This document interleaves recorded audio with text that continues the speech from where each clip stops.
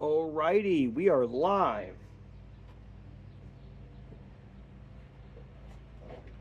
Alrighty, everybody, good afternoon. There's quite a bit of glare on the camera, so I'm not really sure how well you guys can see me. But good afternoon, it's your neighborhood friendly Scottish whiskey hobbit. Surprise, we're filming back outside here in our wonderful enclosed back deck. It's been a little windy, a little chilly, but other than that, pretty good weather. I'm extremely excited. I'm extremely excited for this week's review, and it has a very fascinating history, which I just brought up on the internet. So I've been on a Scotch kick lately, and it's time I get back to bourbon. This is the Mary Dowling, and she's considered the in quotation marks mother of bourbon in quotation marks. Mary Dowling. So the name of the distillery is Waterfill and Frazier Distillery. Waterfill and Frazier Distillery. Mary Dowling, sole proprietor. And it's a toasted barrel. It's a high rye mash bill bourbon. High rye mash bill bourbon. Kentucky straight bourbon whiskey. And check this out. This is pretty sassy and interesting. It's finished in tequila barrels. It's finished in tequila barrels. A little bit of quick history here. So Mary Dowling here, this distillery was founded in 1810. And actually, as the years progressed, according to the internet, according to the page on their distiller's history on their website, that basically Mary Dowling here, she's known as the mother of bourbon. I'm going to sit down here because of my ancient back. But she was basically the most famous woman distiller in the 1800s. And she worked along a guy named Joe Beam, who is cousin to the famous Jim Beam, who started Jim Beam. Now, according to their website, during Prohibition, they moved from Kentucky to Juarez, Mexico, and they were, oh no. Well, this isn't good. So the cork just broke off in here, so that's not good. I've never really had that happen before. So I'm not even sure how to get that out. The cork just got in the whiskey. That's not a good thing. Well, I'm going to deal with that later. Let's just get to the review. But that's, I've never had a cork. I mean, it was on sale. Maybe this is why. I've never had a cork get stuck in a bottle before. So that's kind of interesting. It was on sale. I'm going to mess with that later. But again, this has a really interesting, I'm talking extra loud because my neighbor's mowing the grass. I'm going to have to get on my yard work game here soon. Let me pour a little bit more. But yeah, so it's a high rye content. It is a high rye content in the mash bill, which again, for it to be a true bourbon, it's got to be 51% or more corn in the mash bill. But what this says here is that it has a high rye content in the mash bill. So it's probably somewhere between 45 and 40. I'm just throwing this out here as an educated guess. Probably between a 45 and 48% rye, and then the rest corn. So let's go to the nose, shall we? I mean, I don't know what I'm going to do about that cork getting stuck in there. That's kind of wild. Anyways, so I'm getting some caramel notes. I think I'm getting some vanilla notes. I think I'm getting some pepper notes and maybe some dark cherries. So like some cherries, some pepper, some caramel, some vanilla, maybe a little bit of honey. I see the wind picking up. Hopefully it doesn't knock over. Here, let me try and do something with this. Well, that might stay. We're gonna try something, folks. Please bear with me.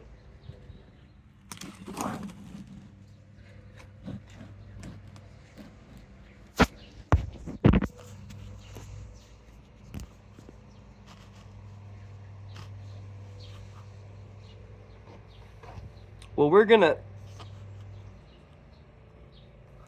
try this. We're gonna see if this works.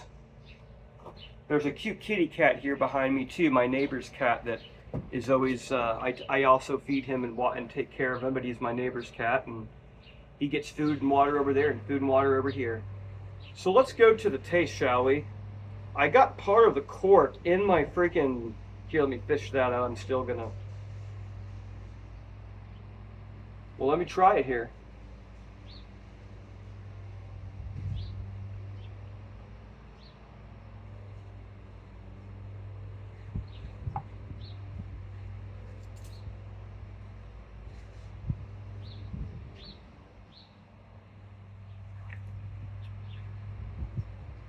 Oh, wow. Wow. And if you see me sticking my finger in here, it's because I'm trying to get the bits of the cork out of here. Although I'm so Scottish, when I'm in a restaurant, if there's a little piece of hair in it or something, I just pick it out. I just pick it out and eat it, and still eat the food if I'm at a restaurant. I know that might be a little gross, but I'm Scottish. My grandparents on both sides, God bless them, I miss them every day. They survived the Great Depression. They survived the Dust Bowl. They survived World War II and the Cold War, and they always raised me, Daniel, you eat the food in front of you. You know, waste not, want not. All right, so let me, oh man, this is good. This is growing on me. Let me describe it. Now, as you guys know, I've talked a lot over the 7 to 8 years of the channel that I really like the high rye content bourbons, such as Basil Hayden is a great example, such as Wild Turkey is a great example. I know that Ezra Brooks has a good rye bourbon, but you're definitely getting some of those spicy notes.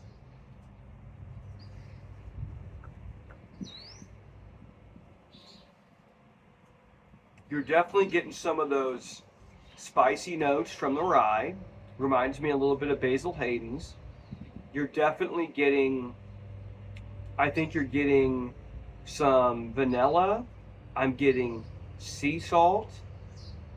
And I'm getting possibly orange zest or orange peel on the palate. And it has this interesting little zing at the end. Now, I don't want to sound like a whiskey snob here. Single malt scotches are my favorite, as I've said a lot. Now, I'm a proper American. I do like bourbon. I don't want you guys to come away from this thinking I don't like. I love bourbon, but at the end of the day, single malt scotches and blended scotches are my favorite, with Irish whiskeys a close second, and then bourbon and rye third and fourth. So, with that being said, this is growing on me. It's very delicious, and if you guys just go on Google, you know, and the Waterfill and Frazier distillery, Mary Dowling, sole proprietor. So Mary Dowling, again, 1810. I mean, very, very rich, very rich distilling heritage here. And again, I know that the company, they relocated to Mexico about 110 years later, around 1920. Well, hold on here. Can I do math? 1810, 19. Yeah, around 1920, roughly. So they start in 1810. In 1920, they have to move to Mexico because of all the politics during the Wilson administration, all that stuff, where we make the sale, manufacture, distribution, and consumption of alcohol illegal, which it was called the Volstead Act. Now, the only way to get around that was they still allowed whiskey for medicinal purposes. That's a severely long story, but there were some 20s gangsters like George Remus, who we've talked about, who actually got government contracts to make medicinal recipe and then had their own men hijack their trucks and resell it on the black market. That's already been covered. But they moved to Mexico here in 1920, and they moved back around 1950, 1960. Roughly. And so they're in Kentucky. But I just think it's interesting that I had never even heard her name, but Mary Dowling was making whiskey with the cousin of Jim Beam, Joe Beam, which I thought is just really fascinating history. You guys know me, I'm a history nut.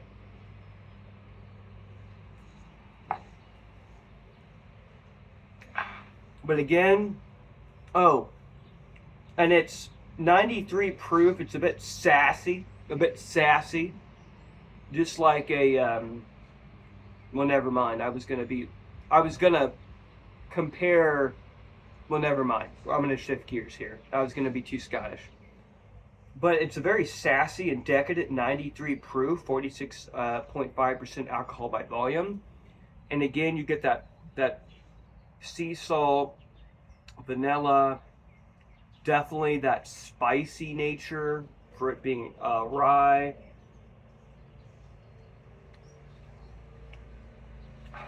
I think there's a little bit of orange peel, orange zest, and I think you get a little bit of caramel too, but it's very good. Now I got this, and again, let me lift up the bottle. I got this at the Price Chopper down the road from my house. And this is kind of cool, actually. Look at that. It says hand selected for Harry's, which Harry's Wine and Liquors, Price Choppers, their wine and spirits. But it says barrel number 1. Well, that's interesting. So yeah, this was hand selected for them, apparently. It's very good, and especially at $30, guys. Can you guys see the cute kitty? Here, let me show you the cute kitty cat. So this is my neighbor's cat, and he spends a lot of time on our property. I feed him, I water him, and then they take care of him. So it's kind of like he has 2 homes here. But can you guys see him? Hey, little guy. Hey, little guy, say hello. You know, I just love taking care. So he's not a stray. He has owners, but I take care of, there's 3 or 4 strays that I take care of. I take care of stray cats, and I take care of pretty much, if it's a cute kitty cat, it's welcome on our property, and I take care of them. And then I also am obsessed with bird watching, and so, let me see here, is this still on? Okay, it is. Say goodbye. Say goodbye. He's such a cutie. But I have all of my bird feeders out here over 6 feet in the air. And my motto is, because the cats are just trying to survive out here, God bless them. But my whole thing, oh, poor guy has a hairball. It looks like he has a hairball now. Poor guy. You may be able to hear him back there. But, the cats are just trying to peacefully exist, as are the birds. But, cats are predators. All right, so this is really good. Again, this is the Mary Dowling Kentucky Straight Bourbon Whiskey, finished in tequila barrels. And I think that extra little zing at the end is from that tequila barrel. I'm trying to describe it.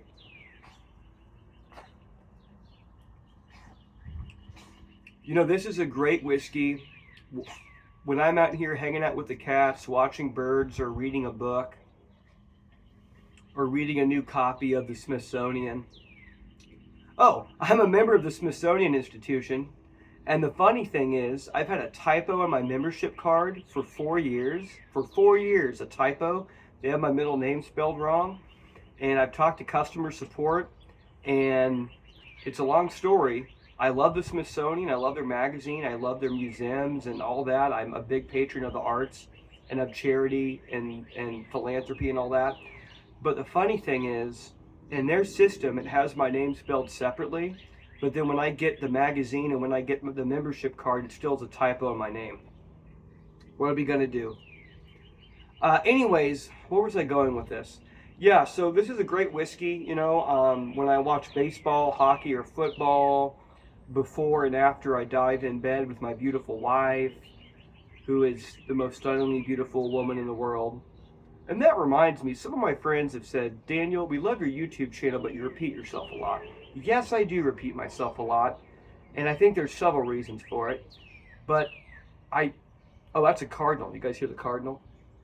God, I love the birds out here. What was I saying? Oh, yes. I think part of the reason that I actually do repeat myself, it's part of my personality, but then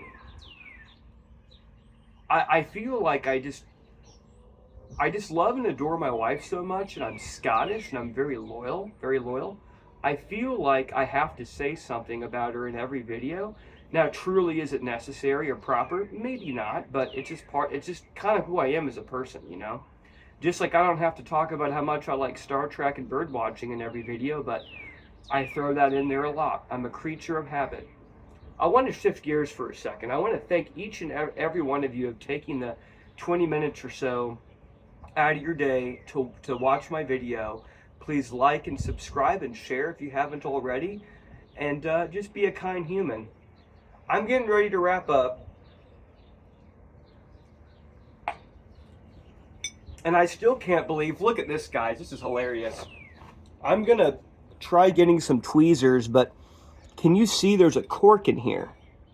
I don't know if you guys can see, but the cork broke off in the bottle, and it's really bugging me because I don't want it to disintegrate. I mean, this is pardon my French, I'm really sorry to say this, I'm sorry, but I gotta be honest. This is a damn good, damn delicious whiskey.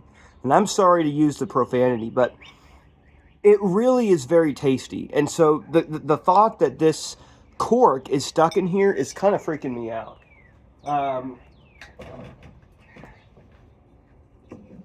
All right, but you know, I do these live videos, it's one take, and if anything goofy happens, I just roll with it.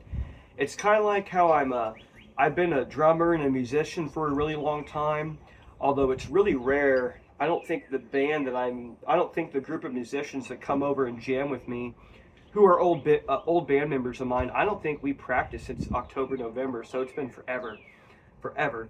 But I will say, it's kind of like back in the day when we would be playing a show or a little gig. Doesn't matter if there's 5 people watching or a couple hundred, which was rare. Most of the time, 10 to 30 people showed up. No one really cared about us, but that's okay. You know, as a musician, you get that a lot.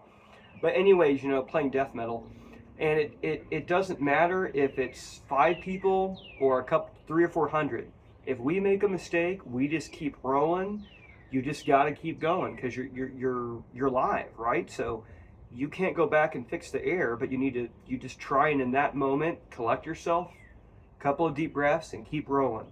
This is way less stress than performing in front of people on a stage behind my drum set, but I think there is some similarities there. God, I love listening to these cardinals out here. Well, guys, thank you for watching. This is your neighborhood-friendly Scottish whiskey hobbit. I'm getting ready to wrap this up finally as I watch all the...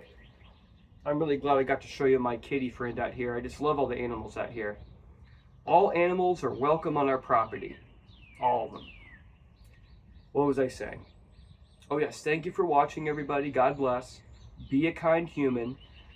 Please treat everybody the way that you want to be treated. But also, faster horses, younger women, older whiskey, and more money. As I've said 100 times, that is from a very famous song by one of my original country and western heroes, Tom T. Hall. The name of the song is Faster Horses, and then it says in parentheses, The Cowboy and the Poet. It was from his early 70s. I want to say it was released between 71 and 74. Called, we'll just say 71 and 75, and it was called Country Is. I have it. I have a very extensive record collection of old country and western. And I won't get into that now. I can talk all day about what's on the radio now. It's not country and western. It really grinds my gears what passes as country music these days. But anyways, what was I saying? Oh yeah, in that song, that is the whole chorus, you know, and I just adopted it. Gosh, it's been about 3 years ago I adopted it as my moniker and my motto on here, you know, and it's such a classic. It really is a classic song. But yeah, be a kind human, treat everybody the way that you want to be treated. You know, I'm just being Scottish here for a moment, very Scottish. One of my friends said, Daniel, when I talk to you, you sound like, you know, a Bible thumper 1 minute. Then you're over here quoting the most famous agnostic philosopher of the 20th century, Bertrand Russell, who was a famous philosopher and a skeptic about everything. Then you're over here talking about the Bhagavad Gita, the Hindu holy scripture. Then you're talking about the Kabbalah, which is esoteric Jewish mysticism. Then you're obsessed with Tibetan Buddhist philosophy. And he was just saying, what's the deal? Why are you all over the place? I just read a little bit of everything. I just really read and study everything. I made a promise to myself after my mom passed away in 2000 when I was 9. She was a very strong believer in Christ. I made myself a promise that, yes, I'm skeptical of everything. Yes, I'm rooted in science and philosophy. But to honor my mom's memory, I follow Jesus. I do the best I can to be a good Christian. But then I have 100 things over here I'm reading and researching about, and I'm very open-minded about all of that. So I think I'm really getting maybe a little too personal here, but it's just interesting. When I make these videos, I have some of my friends and associates come to me and ask me these questions like, hey, why are you all over the place about this? Or, hey, why did you say this? And I think sometimes I go in maybe too long, or what's the word, too much detail. But I think that if people ask me a question, they deserve an honest response and an honest answer. So just throwing that out there. Well, anyways, I was going to pick up the camera and show you guys the cute kitty cat.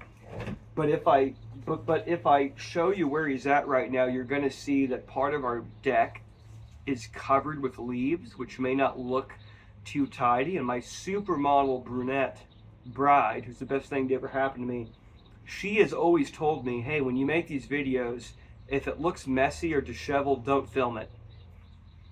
Gotta keep her happy. Gotta keep the boss happy. We've been together 13, going on 14 years now. She's awesome. Gosh. Well, I won't get into that. I wanted to ramble. Well, yeah, okay. I was going to ramble about my ex-girlfriend from 2012, but I won't get into that. I forgive her, and we're on good terms, but she stressed me the beep out. She stressed me out. My God, she stressed me out, but she was a lot of fun. All right, so God bless, guys. This is your neighborhood-friendly Scottish whiskey hobbit.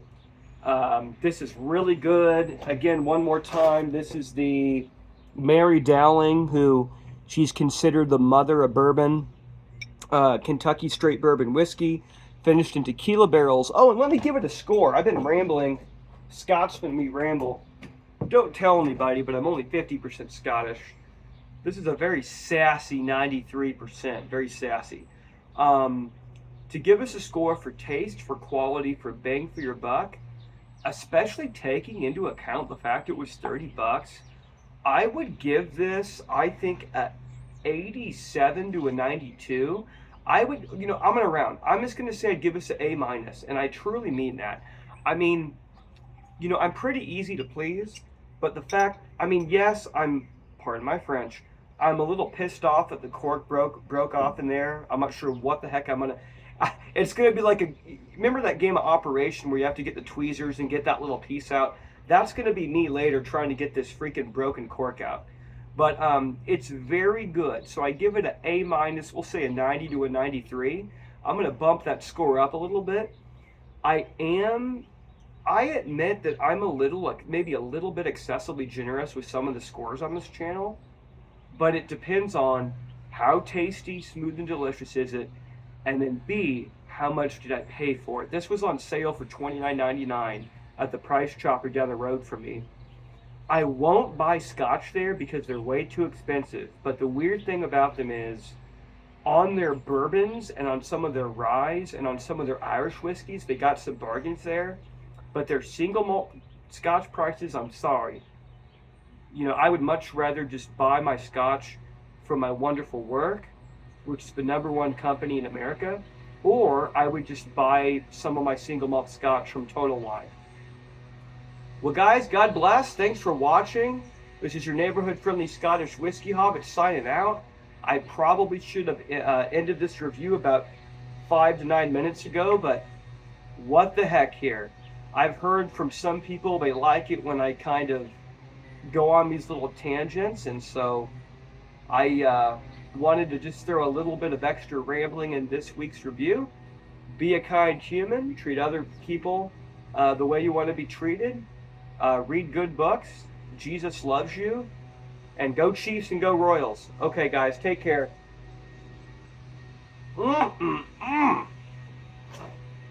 Man, to quote the kids these days in their newfangled nomenclature that they say when something is really, really good, really tasty,